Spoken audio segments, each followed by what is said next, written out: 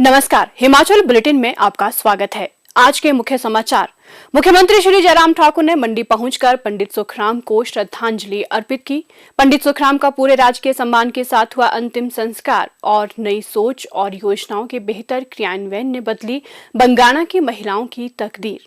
अब समाचार विस्तार से। पूर्व केंद्रीय दूरसंचार मंत्री पंडित सुखराम का आज पूरे राजकीय सम्मान के साथ हनुमान घाट मंडी में अंतिम संस्कार किया गया। मुख्यमंत्री श्री जयराम ठाकुर ने मंडी पहुंचकर पंडित सुखराम को श्रद्धांजलि अर्पित की। उन्होंने ईश्वर से दिवंगत आत्मा की शांति और शोक संतप्त परिजनों को इस अपूर्णीय क्षति को सहन करने की शक्ति प्रदान करने की प्रार्थना की है। मुख्यमंत्री ने कहा कि पंडित सुखराम को देश में दूरसंचार क्रांति लाने के लिए हमेशा याद किया जाएगा। उन्होंने कहा कि नवाचार के लिए हमेशा तत्पर पंडित सुखराम के रूप में देश और विशेष रूप से हिमाचल प्रदेश ने एक महान नेता खो दिया है। श्री जयराम ठाकुर ने कहा कि पंडित सुखराम ने अपने 60 वर्षों के लंबे राजनीतिक जीवन के दौरान हिमाचल प्रदेश के विकास और यहाँ के लोगों के कल्याण के लिए अभूतपूर्व योगदान दिया। उनके योगदान के लिए राज्य की जनता उन्हें हमेशा याद रखेगी। मुख्यमंत्री ने कहा, पंडित सुखराम जी की दुखद मृत्यु के पश्चात स्वाभाविक रूप से जहाँ तक प्रदेश की बात है, प्रदेश में भी एक बहुत बड़ी अपूर्णीय क्षति हुई है प्रदेश के लिए और परिवार के लिए भी। हिमाचल प्रदेश की राजनीति में, चाहे देश की राजनीति में, दोनों जगह पंडित सुखराम जी ने एक मुकाम को छुआ और लंबे समय तक राजनीति में रहने के पश्चात बहुत बड़ा कंट्रीब्यूशन उनका हिमाचल प्रदेश के विकास के लिए रहा है और मंडी के विकास के लिए भी रहा है। और उस दृष्टि से विशेष तौर से अगर संचार क्रांति की अगर हम बात करें तो पंडित सुखराम जी का बहुत बड़ा उसमें योगदान है। आज टेक्नोलॉजी के इस युग में हम भले ही बहुत आगे बढ़े हैं, लेकिन वो एक दौर था जब टेलीफोन बहुत मुश्किल से मिलता था, लेकिन गांव-गांव में टेलीफोन, घर घर में टेलीफोन पहुंचाने की जो है वो एक शुरुआत उस दौर में हुई। और संचार क्रांति का जिसका हम जिक्र करते हैं, स्वाभाविक रूप से एक इनकी एक बहुत बड़ी देन रही। जीवन संघर्षपूर्ण रहा इनका और कई उतार चढ़ाव जीवन में देखे राजनीतिक क्षेत्र में, लेकिन फिर भी उसके बावजूद एक जोश और जुनून के साथ लगे रहना, काम में लगे रहना, डटे रहना, संघर्ष करना, आगे बढ़ना, ये इनके जीवन का एक बहुत बड़ा महत्वपूर्ण एक पहलू रहा है। और उस दृष्टि से उनके जीवन से जहाँ संघर्ष की अगर हम बात करें, उस संघर्ष से प्रदेश का और प्रदेश के साथ साथ में मंडी का भी जो विकास करने में भी इनका जो एक जज्बा था वो भी देखने को मिला है। बहुत बेहतर ढंग से हिमाचल प्रदेश के विकास के लिए उनका योगदान रहा। आज वो हमारे बीच में नहीं रहे, उनके कंट्रीब्यूशन को हम सदैव याद करेंगे और उसके साथ साथ में ईश्वर शक्ति दे इनके परिवार को इस दुख को सहन करने की, और उसके साथ साथ में हिमाचल प्रदेश में जहां पंडित सुखराम जी का विकास की दृष्टि से जो योगदान रहा है, राजनीतिक क्षेत्र में एक कद रहा है, उसको लोग सदैव याद करेंगे।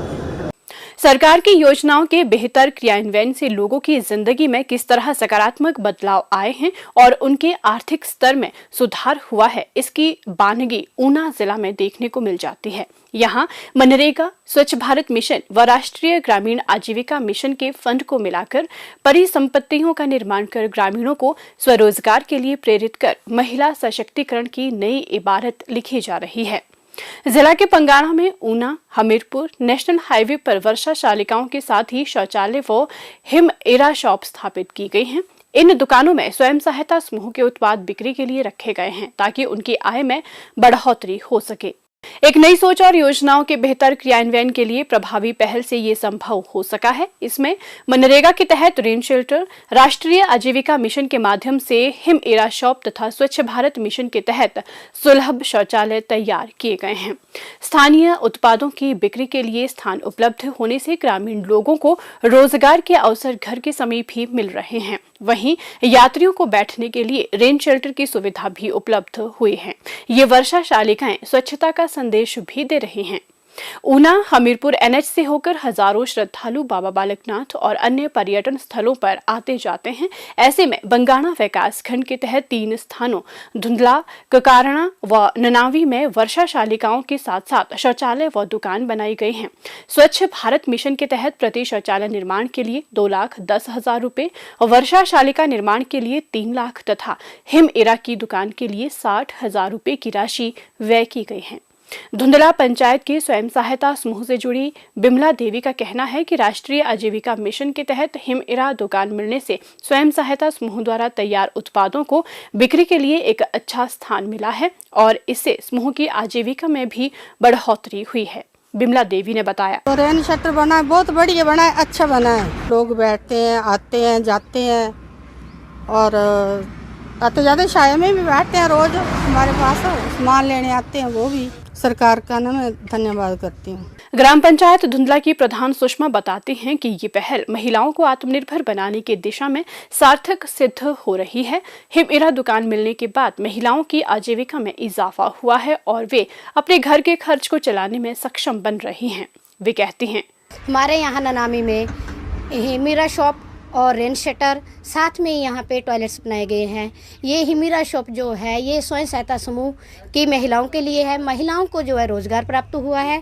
मैं भी इसकी जो मेंबर हूँ और हमारी जो ग्राम पंचायत धुंधला को यहाँ से इनकम भी हो रही है, हमारी महिलाओं को भी हो रही है, जो महिला सेल्फ डिपेंडेंट बन रही हैं। धुंधला के उप प्रधान रमन शर्मा का कहना है कि ननावी में स्वयं सहायता समूह के लिए हिम एरा शॉप के साथ साथ रेन शेल्टर और शौचालय का निर्माण किया गया है।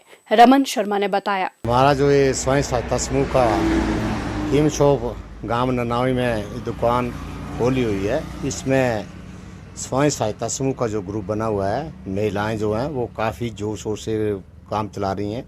इसमें साथ में शौचालय भी बनाए हुए हैं, रेन शेड भी बनाया हुआ है। इससे हम ग्राम पंचायत धुंधला से जो भी हैं, हम ब्लॉक बंगाणा और हिमाचल प्रदेश सरकार का बहुत बहुत धन्यवाद करते हैं, जिस कारण इन्होंने हमारी ग्राम पंचायत धुंधला में गांव ननावी में हिम शॉप दुकान जो है इसको चलाया है और जगह भी ये काम हिम शॉप का काफ़ी इससे चल रहा है। हिमाचल बुलेटिन देखने के लिए सब्सक्राइब करें YouTube channel IPR Himachal, follow करें ट्विटर @DPRHP, लाइक करें Facebook page information and public relations department Himachal Pradesh, visit करें वेबसाइट www.himachalpr.gov.in। इस अंक में इतना ही। कल फिर होगी मुलाकात। दीजिए इजाजत। नमस्कार।